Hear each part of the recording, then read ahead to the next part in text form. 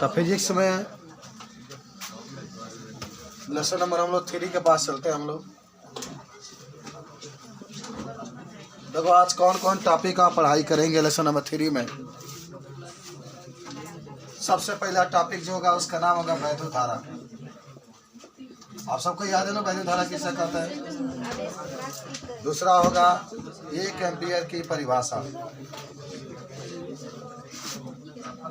1 ampere की परिभाषा। तीसरा आपका होगा विद्युत धारा के प्रकार। विद्युत धारा के प्रकार जिसमें आप पढ़ेंगे 4 नंबर में एक दिष्ट धारा, और एक पढ़ेंगे आप प्रतिवर्ती धारा। खूब अच्छा से आपकी तैयारी होनी चाहिए। अभी अपने कॉपी में देख लीजिए इतना नोट आज जो पढ़ गए आप। उसके बाद से आपको पढ़ना है धारा के आधार पर पदार्थ के प्रकार, जिसमें एक 7वां नंबर पढ़ेंगे चालक, एक आप पढ़ेंगे अचालक, एक आप पढ़ेंगे अर्धचालक,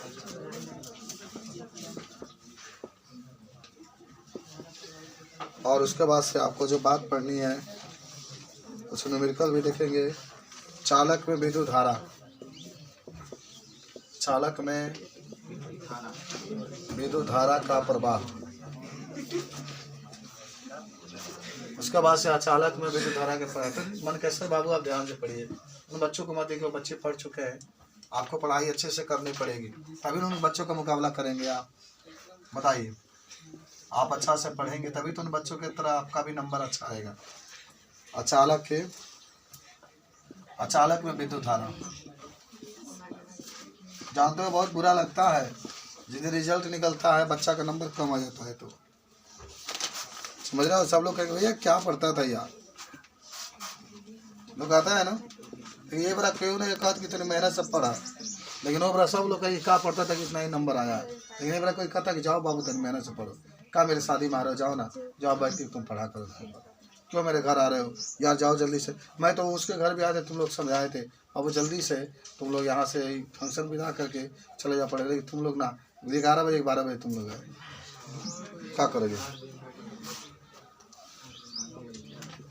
क्योंकि तुम लोग इस समय 12 के स्टूडेंट। इसके बाद से कौन पूछता है तुम लोग को, दिन भर रहो रात भर रहो, वो घर में अपन घर बना कर रहो, कौन पूछता है। चलिए आज इतना पढ़ना है। 15 टॉपिक ओम के नियम का सत्यापन। वहाँ भी स्कूल में भी ज़्यादा मत रुकना, ठीक है। झंडा फहरा भाग जाना जैसे, ठीक है। कुत्ता चोटिया में तुम्हें भागना। चित्र ये बनाते हैं हम लोग, तब हम लोग ग्राफ बनाते हैं, ठीक है। तब 17 हम लोग पढ़ेंगे। आप बाहर भी 20 बार हेडिंग पढ़ेंगे हम लोग, 20 मिनट में खत्म हो जाएगी। 18 वैद्युत प्रतिरोध 20 बार पढ़ा जाएगा, सब छोटा छोटा है। उसके बाद से हम लोग पढ़ेंगे 1 ओम का परिभाषा। अच्छा सबको याद है का विश्व के विश्व, जितना बड़े बोर्ड पर लिखा गया है। कितने बच्चे हैं जो विश्व के विश्व बता सकते हैं, इतने हाथ ऊपर करेंगे। विश्व के विश्व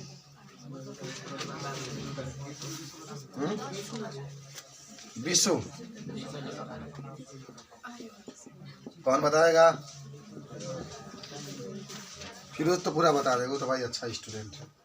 लड़कियों में सब लोग बता दोगे, पढ़ लीजिए। वो बताए, लगता है बहुत पुजारी हो गए यहाँ। पूजा आप करते हैं, ज्ञान हमारा बढ़ता है, सोचिएगा आपका ऐसा करता रहे। तो आइए आज हम लोग 20 हेडिंगों का शुरुआत करते हैं। सबसे पहले सुनो, वैद्युत धारा किसे कहते हैं। आवेश प्रवाह की दर को वैद्युत धारा कहते हैं। बहुत सिंपल सा आपका ये डिफिनेशन है बस। आवेश, अगर वैद्युत धारा किसे कहते हैं तो क्या कहेंगे, आवेश प्रवाह की दर को वैद्युत धारा कहते हैं। आई से प्रदर्शित करता है, और एम के प्रति में इसका मात्रा क्या होता है, गुलाम होता है। और आप पढ़ेंगे आई बराबर होता है Q/T। आई बराबर क्यू बाई टी। तो क्यू का मात्रक क्या होता है? कूलाम। और टी का मात्रक क्या होता है? तो आवेश प्रवाह की दर को वैद्युत धारा कहते हैं, आई से प्रदर्शित करते हैं। इसका मात्रक एम्पियर होता है या इसका मात्रक कूलाम प्रति सेकेंड भी होता है। अब आपसे कोई पूछे कि 1 एम्पियर की परिभाषा बताइए, तो सबको याद है का? अरे किसी चालक में या तार में 1 सेकेंड में 1 कूलाम का आवेश बहता है तो आप वैद्युत धारा 1 एम्पियर हो। खाली सुनो, याद हो जाएगा। और छोटा सा टॉपिक आपका है, फिजिक्स का हिस्सा आसान कोई टॉपिक है नहीं है। कि यदि किसी तार में अभी देखो 1 सेकेंड में 1 कूलाम का आवेश बहता है तो वहाँ वैद्युत धारा कितना होगा? 1 एम्पियर। यदि किसी चालक या तार में 1 सेकेंड में 1 कूलाम का आवेश बहता है तो वहाँ वैद्युत धारा कितना होगा? 1 एम्पियर होगा। सब लोग बता दोगे? अच्छा, अब आओ विद्युत धारा के प्रकार। तो विद्युत धारा के मुख्य रूप से 2 प्रकार होते हैं। एक आपका होता है दिष्ट धारा। तो सुनो, एक होता है, इसको अंग्रेजी में कहता है डायरेक्ट करंट। ये तो इतना पढ़े हैं आप कि कभी भुला ही नहीं सकते। देखो दिष्ट धारा के 2 बात इसमें होगा। एक बात होगा परिमाण का और एक बात किसका होता है? दिशा का। परिमाण का और दिशा का। तो कहोगे वह धारा जिसका दिशा और परिमाण समय के साथ नहीं बदलता है, वह धारा जिसका दिशा और परिमाण समय के साथ नहीं बदलता है, उसे हम लोग कौन धारा कहते हैं? दिष्ट धारा कहते हैं। जैसे मान लो ये धारा और ये टाइम को बताता है।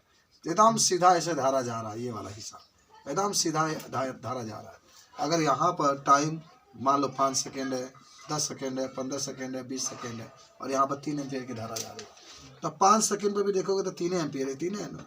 10 पर देखोगे 3 एम्पियर, 15 पर देखोगे 3 एम्पियर, 20 पर देखोगे 3 एम्पियर। एक ही दिशा में जा रहा है, ऐसा थोड़ा कि इधर उधर जा रहा है ना, एक ही दिशा में जा रहा है, एक ही तरफ जा रहा है। इसी को हम लोग क्या कहते हैं? दिष्ट धारा। बैटरी जो जानते हो ना, बैटरी, उसमें यही दिष्ट धारा बहती है। सेल में भी दिष्ट धारा है। ये घड़ी जो देख रहे हो इसमें भी दिष्ट धारा है। ये मोबाइल के अंदर जो बैटरी है इसमें भी, मान जितने भी बैटरी लगा है सब में दिष्ट धारा होता है आपका। जितने भी बैटरियाँ लगी हुई सब में कौन सा? इसमें दिष्ट धारा आपका बह रहा है। ये मोबाइल की जो बैटरी आप देख रहे हैं इसमें जो होता है, जो धारा जा रहा है वो दिष्ट धारा ही जा रहा है। क्योंकि देखो यहाँ पे एडाप्टर जो लगा गया है, मतलब जो ये धारा है सब प्रतिवर्ती धारा है। ये जो धारा है प्रतिवर्ती धारा है, लेकिन एडाप्टर जो लगाया गया है वह प्रतिवर्ती धारा को दिष्ट धारा में बदलता है। आप पढ़े भी होंगे पीएन संधि डायोड में, इसमें भी पीएन संधि डायोड लगाया गया है, प्लस और माइनस। वही जो डायोड है ना, जो बोर्ड से प्रतिवर्ती धारा आ रहा है उसको दिष्ट धारा में बदल करके तो मोबाइल में जाए तो मोबाइल आपकी चार्ज हो जाएगी। डायरेक्टली प्रतिवर्ती धारा नहीं जाएगी, नहीं तो बाई प्रतिवर्ती धारा जाएगा तो जो होना है तो होगा ही, डायरेक्टली आपका होगा। तो यह होता है दिष्ट धारा।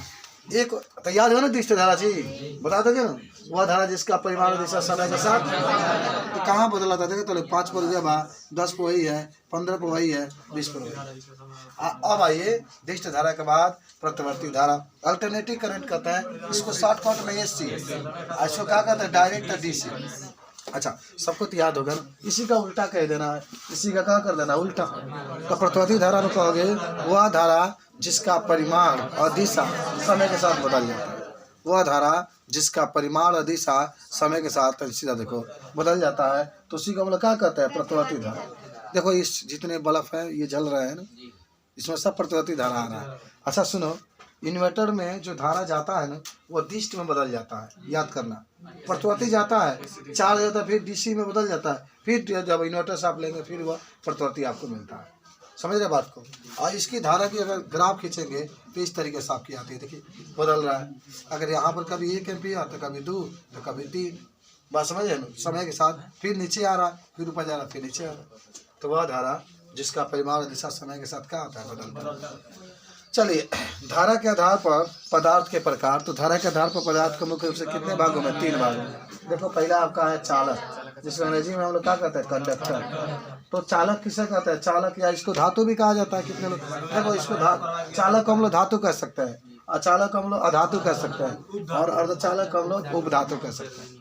तो आपको याद होगा चालक किसे कहते हैं? जिसके अंदर धारा प्रवाहित कर सकते हैं। माने चालक आपसे पूछे तो कहेंगे चालक वह होता है जिसके अंदर हम लोग क्या प्रवाहित कर सकते हैं? धारा। अभी तार देख नहीं रहे हो, एल्युमिनियम का तार है, कहीं कॉपर का तार दिखाई देगा, लोहा के भी तार लगा दो तभी धारा जाएगा, चांदी के भी लगा दो तभी जाएगा, सोना के भी लगा दोगे तभी जाएगा। लेकिन सबसे अधिक कापर में, सबसे अधिक चांदी में। नंबर 1 पर चांदी होता है, नंबर 2 पर कापर होता है। सुन लो मैं क्या क्या बता रहा हूँ। नंबर 1 पर चांदी, नंबर 2 पर कापर, नंबर 3 पर एल्युमिनियम, और नंबर 4 पर लोहा, और नंबर 5 पर सोना आता है। 5वां नंबर पर सोना आता है। सोना के अंदर आघात और वरीयता गुण अधिक पाया जाता है, माने पिटला पर बहुत जल्दी फैलता है, तन्यता गुण भी अधिक पाया जाता है, लेकिन साला विद्युत के प्रभाव पर बहुत कम होता है। 5वां नंबर पर है सोना आपका, नंबर 1 पर चांदी आपका। ठीक है, अभी किताब में दिया भी है। तो वह धारा तो चालक समझ गए। और उसके बाद से अचालक आ जाओ। अचालक क्या होता है? अचालक वे होते हैं जिसके अंदर धारा प्रवाहित नहीं कर सकते हैं। अचालक वे होते हैं जिसके अंदर धारा प्रवाहित नहीं कर सकते हैं। प्लास्टिक हो जाएगा, और करकट हो जाएगा, और जो तार के ऊपर लपेटा का अभरक कहते हैं बाबू, वह हो जाएगा। हमारा कोट हो जाएगा, हमारा पैंट हो जाएगा, पैंट के अंदर वाला पैंट हो जाएगा, उसके अंदर वाला पैंट हो जाएगा, और मोबाइल का खोखा हो जाएगा, ये हो जाएगा। चलिए, उसके बाद से आपने कहा होता है अर्धचालक। अर्धचालक क्या होता है? अर्धचालक वे होता है ना जिसके अंदर कुछ चालक के और कुछ अचालक के गुण क्या होते हैं, पाए जाते हैं। कुछ चालक के और कुछ सिलिकॉन आप पढ़े हैं ना, जर्मेनियम भी पढ़े हैं, आर्सेनिक मनी, एंटीमनी वगैरह भी आप पढ़े हैं। तो अर्धचालक किसे कहता है? जिसके अंदर चालक और अचालक दोनों का गुण पाया जाता है। हे राजकुमार, राजकुमार आशीष बाबू लघुरुआ को देखिए ना, यह अर्धचालक होता है। अब आइए, चालक में विद्युत का प्रवाह कैसे होता है? चालक में विद्युत का प्रवाह अभी कहते हैं ना जी भी है ना, आगे आ जाओ, उठो वहां से, जब कहा दिया गया तो यहाँ आओ। चलो अब बैठ जाओ। अब आपसे कोई पूछेगा चालक में विद्युत धारा, चालक में, सुनो ध्यान से, चालक में काकी धारा क्यों? इसमें जो तार आप देख रहे हैं, चाहे ये तार देख रहे हैं, इसमें धारा क्यों प्रवाहित हो रही? क्योंकि इसके अंदर मुक्त इलेक्ट्रॉन पाए जाते हैं। चांदी को बहुत ज़्यादा होता है, 10 को 32 होता है, 10 को 32 इलेक्ट्रॉन होता है, बहुत ज़्यादा हुआ। जितना सूर्य के द्रव्यमान होता है, सूर्य का द्रव्यमान 2 × 10 को 32 होता है, 2 × 10 को 32 होता है। और पृथ्वी के द्रव्यमान 6 × 10 के ऊपर 24 होता है, 6 × 10 के ऊपर 24। चंद्रमा के द्रव्यमान 3 × 10 के ऊपर 22 होता है। तो सबसे अधिक सूरज का होता है 10 को 32, उससे कम पृथ्वी का होता है। हालांकि पृथ्वी से अधिक बृहस्पति का है, 10 के ऊपर उसका 26 है, बस समझ रहे हो? तब 10 के ऊपर 24 पृथ्वी का है, तो 10 के ऊपर 22 आपका किस? तुम लोग नहीं ना मालूम है? एक बार कंपटीशन में बैठो ना, इतना तुम लोग याद करोगे, पूरा याद हो जाएगा मुझबानी। एक बार किसी भी को जिंदगी में एक बार जरूर बैठना चाहिए। जब बैठोगे तो किताब कर दोगे, और जब किताब कर दोगे तो पढ़ोगे, और जब पढ़ोगे तो जानकारी होगी। बात समझे? तो वही बात है, ना बैठेगी तो ना किताब कर देगी, ना किताब कर तो ना पढ़ ली तो ना याद होगी। बात होगी। चलिए, तो अर्धचालक जान गए। तो चालक में विद्युत धारा क्यों प्रवाहित होती है? क्योंकि चालक में क्या पाए होते हैं? मुक्त इलेक्ट्रॉन, और उसी मुक्त इलेक्ट्रॉन के कारण चालक के अंदर धारा क्या होती है? प्रवाहित होती है। और सुन लेना ध्यान से, अभी इसी मुक्त इलेक्ट्रॉन को बाहर निकालते हैं ना, प्रकाश डाल करके, तो इलेक्ट्रॉन जब तो प्रकाश से विद्युत प्रवाह करते हैं, वो तो आगे आपका आएगा। ये खत्म हो जाएगा इस महीना में, अगला में फरवरी तो खत्म हो जाएगा। 28 दिन होगा, 28 दिन है ना, तो 7 6 को 28, 7 को पाठ खत्म हो जाएगा। 7 को 28, 7 को पाठ खत्म। अगर माने कहा तब वो मान लीजिए 24 को बचेगा ना, 24 को, तो वो 6 पाठ खत्म हो जाएगा। चलिए, अचालक में धारा, विद्युत धारा का प्रभाव बताइए। अचालक में धारा बहता है? नहीं बहता है। क्यों नहीं बहता है भाई? मुक्त इलेक्ट्रॉन नहीं होता। सिंपली बात है कि जो अचालक होता है उसमें धारा नहीं बहता है। मान लो प्लास्टिक में कहाँ धारा बहता है? बड़ा चप्पल है, कहाँ धारा बहता है? लेकिन हमारे लोग स्वेटर बाहू कर, मधुर स्वेटर है, बनाया ना स्वेटर पहन कर जाओ, दिखाओ कि देखिए हमारे पास है, तो मैं धारा बहेगा? नहीं बहेगा। धारा बहेगा? नहीं बहेगा। हम ना कर वो मान लीजिए कि हमारी या लगे तो हमारा क्या देते कहा गए। हाँ देखिए, हाँ पूछ लिए ना, हमको बाबा लगे सकता है इसमें। अचालक में विद्युत धारा। अब आइए अर्धचालक में। अच्छा याद करो, तुम लोग अर्धचालक पढ़ करके आ रहे हो। अर्धचालक में जन विद्युत धारा प्रवाह होता है वह कोटर और इलेक्ट्रॉन के द्वारा। याद बा? कोटर और इलेक्ट्रॉन के द्वारा क्या होता है? धारा प्रवाहित होता है। हालांकि अर्धचालक वो होता है ना जिसमें चालक और चालक दोनों का गुण पाया जाता है। बात समझ रहे हो? देखो याद करो, तुम लोग को मैंने बताया था कि जब अर्धचालक शुद्ध अवस्था में होता है तो उसकी चालकता बहुत कम होती है, मानो उसके अंदर धारा तेजी से प्रवाह नहीं होता है। लेकिन बाहर से जब वो शुद्धियाँ मिला देता है, तब 5 संयोजकता वाला मिलाते हैं तो उसको एन टाइप का अर्धचालक कहते थे। याद है? 5 संयोजकता वाले तो तत्वों को मिलाते हैं तो उसको एन टाइप का चालक आता है। और इसका बहुसंख्यक आवेश क्या होता है? इलेक्ट्रॉन। और याद करो, मैंने कहा था कि 5 संयोजकता वाले मिलाएंगे तो एन टाइप, एन होता है निगेटिव, इलेक्ट्रॉन होता है निगेटिव, इसलिए इलेक्ट्रॉन को बहुसंख्यक आता है। आज जब पी प्रकार होता है तो पी प्रकार में 3 संयोजकता वाले तत्व को मिलाते हैं तो इसको हम लोग पी टाइप, ये पॉजिटिव होता है, पॉजिटिव का मतलब कोटा, तो कोटा इसमें बहुसंख्यक होता है। ठीक है, तो इसमें कोटर और इलेक्ट्रॉन के द्वारा विद्युत का प्रवाह होता है। चलो भाई, ओम का नियम तो लगभग सब लोग को याद होगा, फेमस भी है, सबको याद है। कोई ऐसा जिसको नहीं याद है, आज नहीं याद है तो याद करिए। यदि किसी मान लो चालक है, ये कहा है चालक, चालक का मतलब तार है, तार ले लो, चाहे लोहा का टुकड़ा है, चाहे छड़ ले लो, जो भी है जिसके अंदर धारा बहता है। यदि किसी, ओम के नियम में बता रहा हूँ, हे बाबू राकेश बाबू सुना, ओम के नियम, यदि किसी चालक के भौतिक अवस्था में कोई परिवर्तन न किया जाए, यदि किसी चालक के भौतिक अवस्था में कोई परिवर्तन न किया जाए तो इस चालक में लगाए गए विभवांतर धारा के समानुपाती होता है। तो इस चालक में लगाए गए विभवांतर धारा के क्या होता है?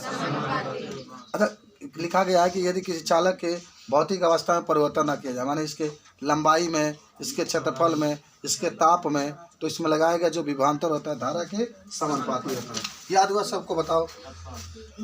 ओम के नियम है कि यदि किसी चालक के भौतिक अवस्था में कोई परिवर्तन न किया जाए तो इसमें लगाए गए जो विभवांतर होते हैं धारा के क्या होता है? समानुपाती होता है। यही किसका नियम है? यही आपका ओम का नियम है। यानी भी समानुपाती आप आई लिख सकते हैं, भी समानुपाती क्या लिख सकते हैं? आई। तो ये आपका किसका नियम होगा? ओम का नियम होगा। चलिए भाई, ओम के नियम का सत्यापन, ओम के नियम का सत्यापन कैसे करेंगे? देखिए, आराम से आप एक बैटरी ले लेंगे या सेल ले लीजिए, ठीक है। इसमें आप एक कुंजी लगा लीजिए, देखो सेल कहते हैं इसको। चलिए, एक बड़ा वाला प्लस होता है, छोटा वाला माइनस, सेल, इसको हम लोग कुंजी कहते हैं की। उसके बाद से आगे बढ़ा दो, यहाँ पर एक एमीटर हम लोग लगा देते हैं, ए, जो धारा को नापता है, याद है? एमीटर या अमीटर जो भी कहिए। और यहाँ पर एक वो धारा नियंत्रक मान लो लगा दिए, और फिर एक यहाँ पर वोल्ट मीटर, ये समांतर क्रम में लगाते हैं वोल्ट मीटर को। वोल्ट मीटर का हमेशा समांतर आता है प्रश्न में। ये बताओ, जो परिपथ होता है, एक विद्युत बल्ब भी यहाँ पर लगा दीजिए, विद्युत बल्ब भी लगा लीजिए। ओम के नियम का सत्यापन कर रहे हैं हम लोग। तो हम लोग देखते हैं कि जैसे जैसे धारा का मान बढ़ाते हैं, मान लो, ये सुनो इधर देखो, मान लो धारा का मान 5 एम्पियर है, धारा का मान कितना है? 5 एम्पियर, तो इसमें वोल्ट आ गया 5 वोल्ट। धारा का मान हमने 10 एम्पियर कर देते हैं तो देखते हैं, मान लो यहाँ पर आ गया 15 वोल्ट। इसका मान 15 एम्पियर कर देते हैं तो इसका मान लेते हैं 25 वोल्ट।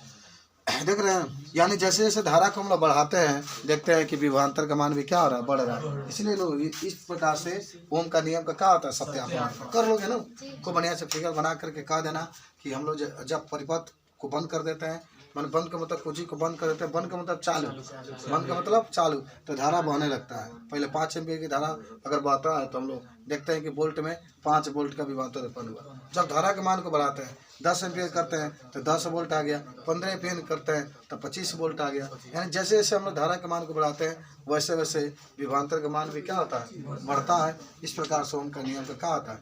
सत्यापन हो जाता है। अच्छा, उसके बाद से आपका है कि चित्र का संरचना, चित्र तो बनाइए लिए, यही चित्र आपका है कि एक कुंजी लगाए, कुंजी का मतलब स्विच, जैसे चालू करे बंद, चालू बंद, देखो कुंजी कहते हैं। और सेल, सेल का मतलब क्या? देखो 2 तार आया है ना, ये केबल वाला 2 तार जो आया है इसमें लगाया गया, इसी को हम लोग क्या कहते हैं? बैटरी। कहीं ना कहीं से एक तो हुआ होगा ना, तो उसी को हम लोग क्या कहते हैं? सेल कहते हैं। चलो, एमीटर, एमीटर इसमें तो नहीं दिखाया गया है, लेकिन आपको स्टेबलाइजर वगैरह में मिलता है कितना एम्पियर की धारा बह रही है, कम करिए बेसी करिए, उसको आपका होता है। तो ये धारा का मान को नापता है। और धारा नियंत्रक होता है। धारा नियंत्रक का मतलब क्या होता है? धारा नियंत्रक का मतलब फ्यूज, फ्यूज का नाम सुने ना आप? जब तो फ्यूज आ ही नहीं रहा, आप एनसीबी वगैरह लोग लगा दे रहे हैं, तो वह जो होता है धारा के मान को, में बहुत पतला तार लगा होता है, जैसे ही खूब तेज धारा आती है वो तार गल जाता है और फिर आपके परिपथ माने बच जाता है, से पंखा उनके जितने विद्युत बल्ब सब बच जाते हैं। फिर आप उसको निकाल करके पतला फिर तार लगा देते हैं। तो इस बार का तार आप तो फ्यूज लोग लगा होता है, ये तार वाला लगा देता है काट के, पूरा टीवी जल गई, पंखा जल गया, कुछ हो ना कहीं, उसे कुछ हुआ ही नहीं। जबकि उसका ये का नाम है कि तनको वोल्टेज ज़्यादा आई तो उसको उसका तार जो होता है फिर तार गल जाता है, ये गो बस। तब आपको जाने थे, हाँ ये बार ऐसा बाकी ऐसा तार लोग लगा पूरा जोर गई, आग लग गई, तो वो सारा नहीं कुछ वही खड़े बार, समझ रहे ना? ये बात होता है। अब आइए उसके बाद से अपवाह बेग, देखो अपवाह बेग आ रहा है ना, किसका ग्राफ? अच्छा चलो ग्राफ खींच रहा है तो सुन लो। जब ग्राफ खींचना चाहिए विभवांतर कर लेना। क्या करोगे यहाँ पर? विभवांतर भी, यहाँ एक सच लिख देना। जरूर ओम के नियम जब भी करोगे, ओम का नियम का सत्यापन करोगे तो हमेशा ग्राफ खींचा जाएगा। ये विभवांतर आपका रहा, यहाँ पर क्या रहा देख लो। हम एक चीज़ बता देते हैं, प्रैक्टिकल के लिए सभी लोग एक प्रोजेक्ट माने जो आता है उसको बना लेंगे। जब बनाएंगे तो उस टॉपिक को आप कहिएगा, मैं आपको बता दूंगा। कितने लोग विभवमापी बना सकते हैं आप, कितने लोग वी टी सेतु है उसको आप लोग को भी बनाना पड़ेगा। एक तो जो सादा नहीं आता है उस पर रंगीन बनाना तब चार्ट पेपर पर, तो जब बनाओगे ना तो उसको जब पढ़ाया जाएगा तो देख लेना। कितने तो उनके नियम को सत्यापित करते, खैर आप लोग करना होगा तो करिएगा। अभी वीट स्टोन सेतु इसी पार्ट में आएगा, मीटर सेतु भी इसी पार्ट में आएगा। और प्रैक्टिकल में इस पार्ट से तो 3-4 को प्रैक्टिकल आप लिखे हैं। वीट स्टोन सेतु के बारे में लिखे हैं आप, मीटर सेतु के बारे में आप लिखे हैं, विभव मापी के बारे में आप लिखे हैं। बात समझ रहे हैं? तो इस पार्ट का बहुत तीसरे पार्ट से सब है वो, इसलिए उसको ध्यान से पढ़िएगा। ठीक है, मैं जब पढ़ाऊँगा तो उसमें क्वेश्चन आएगी तो मैं आपको दूंगा कौन कौन क्वेश्चन कैसे कैसे पूछा जा सकता है। ठीक है, ये धारा है। जब इसको आई हम लोग डिनोट करते हैं विभवांतर के बीच से, तो जब विभवांतर और धारा के बीच में हम लोग ग्राफ खींचते हैं तो ग्राफ एकदम सीधा रेखा में इस तरीके से प्राप्त होता है। इसको वाई अक्ष दिखा दें। ठीक है, तो जब भी मानो ओम का नियम का सत्यापन करेंगे, इसके बीच में ग्राफ खींचेंगे तो आपको ग्राफ ऐसा दिखाई देगा। चलिए जल्दी से हम लोग देखना की प्रयास करते हैं। आप वाह भी चलिए भाई सेल देख रहे हैं ना, सेल देख रहे हो, सेल है, सेल में क्या है? एक प्लस है और एक क्या है? माइनस है।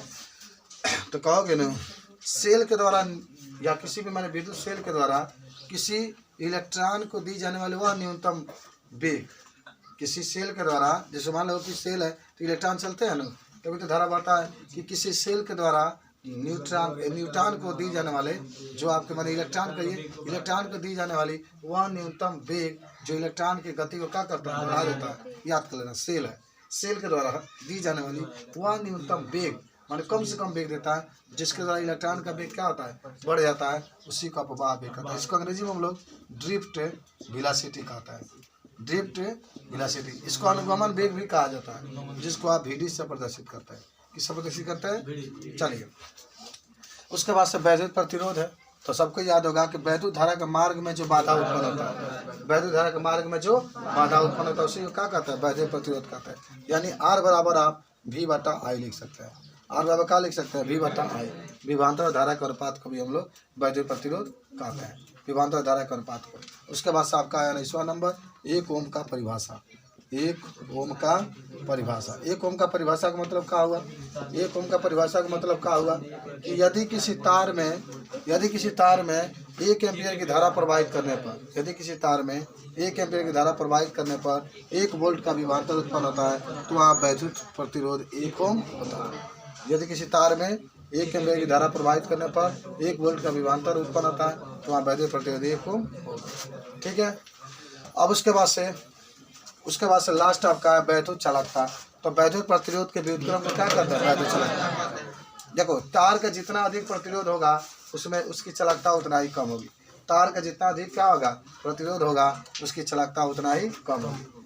जैसे मान लो पतला तार है ना, तो पतला तार की प्रतिरोध क्या होता है? अधिक होता है, और मोटा तार का प्रतिरोध कम होता है। तभी ना मोटा तार का प्रतिरोध कम होता है तो आप केबिल में से मोटा तार लेकर के आते हैं तो अधिक से अधिक धारा आता है। भाई जब लगा लेंगे तो उतना कैपेसिटी का धारा नहीं आएगा। और समझे, तार जितना ही पतला रहता है उसका प्रतिरोध उतना ही अधिक होता है, धारा को बने में उतना ही कठिनाई होता है। तभी ना आपका 10 वाला बल्ब होता है, देखिए उसमें टंगस्टन का तार कितना पतला रहता है, इसीलिए उसका प्रतिरोध बहुत अधिक होता है। इसीलिए वह धारा उसमें आसानी से नहीं बहता है, तो टकरा करके फिर वह प्रकाश उत्पन्न करता है। तो चलो, बाकी हम लोग आप सबको गणतंत्र दिवस के हार्दिक शुभकामनाएं। ठीक है, बाकी हम लोग कल मिलते हैं।